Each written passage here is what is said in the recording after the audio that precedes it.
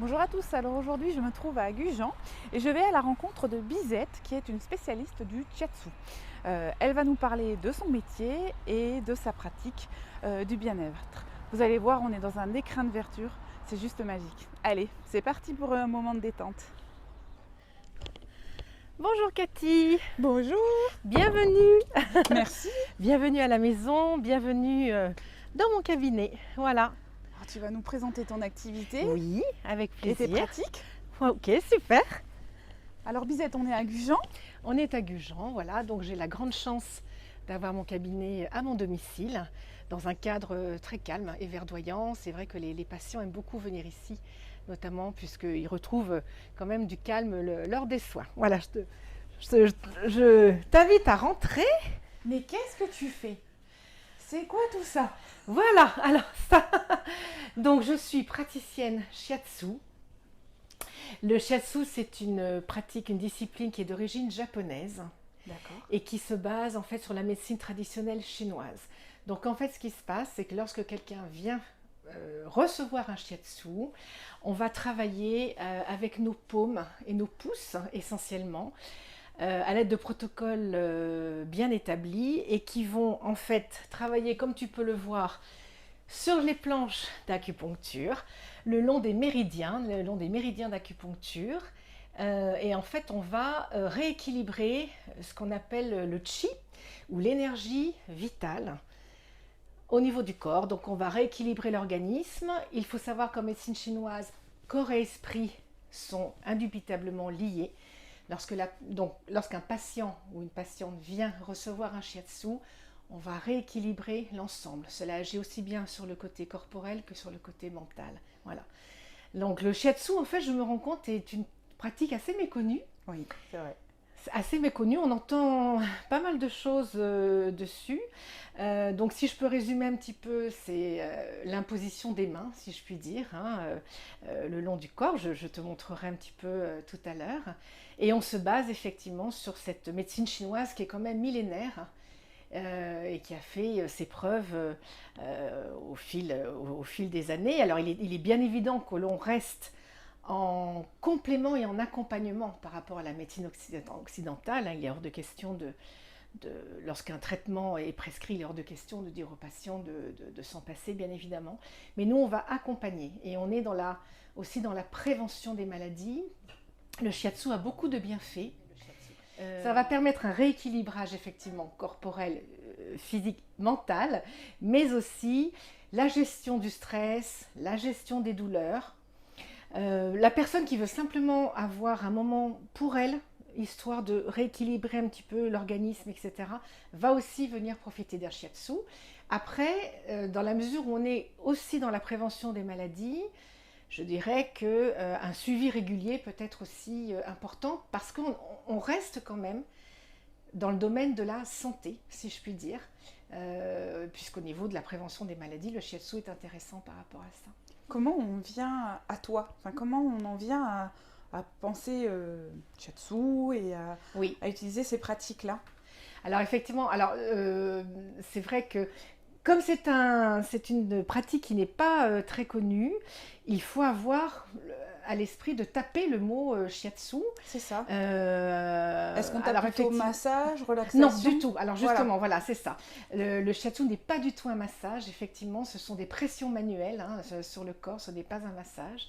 On me trouve donc sur ma page Facebook à cœur de shiatsu, dans les pages jaunes en attendant. Je n'ai toujours pas fait mon site web. Ça va venir. Ça va venir. Mais c'est vrai que je dois reconnaître que les gens doivent déjà avoir entendu parler un petit peu du shiatsu pour trouver un praticien. Oui. Après, ceux qui sont sur Google, bien C'est quelque évidemment. part déjà des initiés ou pas du tout? Non, non, non, il y a vraiment tout un public qui va venir découvrir justement le shiatsu, qui est une technique intéressante. Ils vont venir voir un petit peu ce que c'est par rapport à d'autres pratiques manuelles. Et alors, plutôt, comment toi tu en es venu à pratiquer et à Oui. exercer cette profession? Alors, c'est un parcours de vie, comme à chaque fois, j'imagine, pour beaucoup Oui. de praticiens. À la base, donc, j'étais secrétaire trilingue. Et je suis mariée à un militaire depuis bientôt 29 ans, ce qui fait que nous avons beaucoup déménagé, beaucoup bougé, vécu en France et en Outre-mer. Et puis, certains événements de la vie font que tout doucement, on va se diriger vers ce genre de pratique. Et ça a été une belle découverte pour moi que de devenir praticienne shiatsu. Donc au départ, j'ai moi-même reçu des shiatsu. Et puis petit à petit, la pratique m'a intéressée. Puis j'ai décidé les enfants grandissant en plus, hein, allant quitter la maison, j'ai décidé de devenir praticienne à mon tour. Et de faire du bien aux autres, parce que c'est ça, il faut être dans l'empathie et dans la générosité aussi, quand on est praticien dans ce genre de pratique. Voilà. C'est un vrai partage avec... Oui, c'est un vrai partage avec le patient, c'est sûr. Il y a un temps d'écoute. L'empathie et l'écoute est très importante. Lorsque la personne vient ici, bien sûr, on va l'écouter puisqu'elle va nous expliquer pourquoi elle vient ici. Est-ce qu'elle a des douleurs? Est-ce qu'il y a quelque chose qui ne va pas chez elle? Est-ce qu'elle a besoin? Donc il y a vraiment ce temps de partage et d'écoute avant, après. Effectivement, la compassion est nécessaire, l'empathie est nécessaire pour ce genre de métier. Et alors, concrètement, une séance, ça se passe comment? On vient te voir, on a un temps d'échange. Après, oui. Donc j'ai vu que tu avais une sorte de table de massage.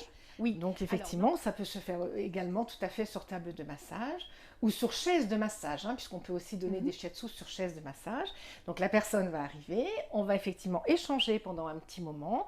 Elle va nous décrire ses symptômes, ce qui va nous permettre après d'adapter le shiatsu. Alors, le shiatsu, c'est une méthode de soins globale. On a vraiment des protocoles établis au niveau des pressions manuelles, mais en fonction de ce qui va être dit, on va aller travailler certains points d'acupuncture pour justement rééquilibrer les déséquilibres qui sont faits au niveau des organes notamment, puisque la médecine chinoise travaille sur les organes. Voilà. Chaque méridien correspond à un organe. Ça dure combien de temps une séance? Ça dure 1 heure en général. Je compte souvent 1h30 puisqu'il y a le temps d'échange avant-après. Et c'est toujours un moment d'échange agréable après. Je dirais que la plus belle récompense qui soit, notamment pour un praticien, c'est lorsque la personne ressort d'ici détendue, qu'on sent qu'on lui a fait du bien. Pour moi, à titre personnel, c'est la plus belle récompense que je puisse recevoir. D'accord, merci Bizette. Tu nous fais une démonstration? Oui.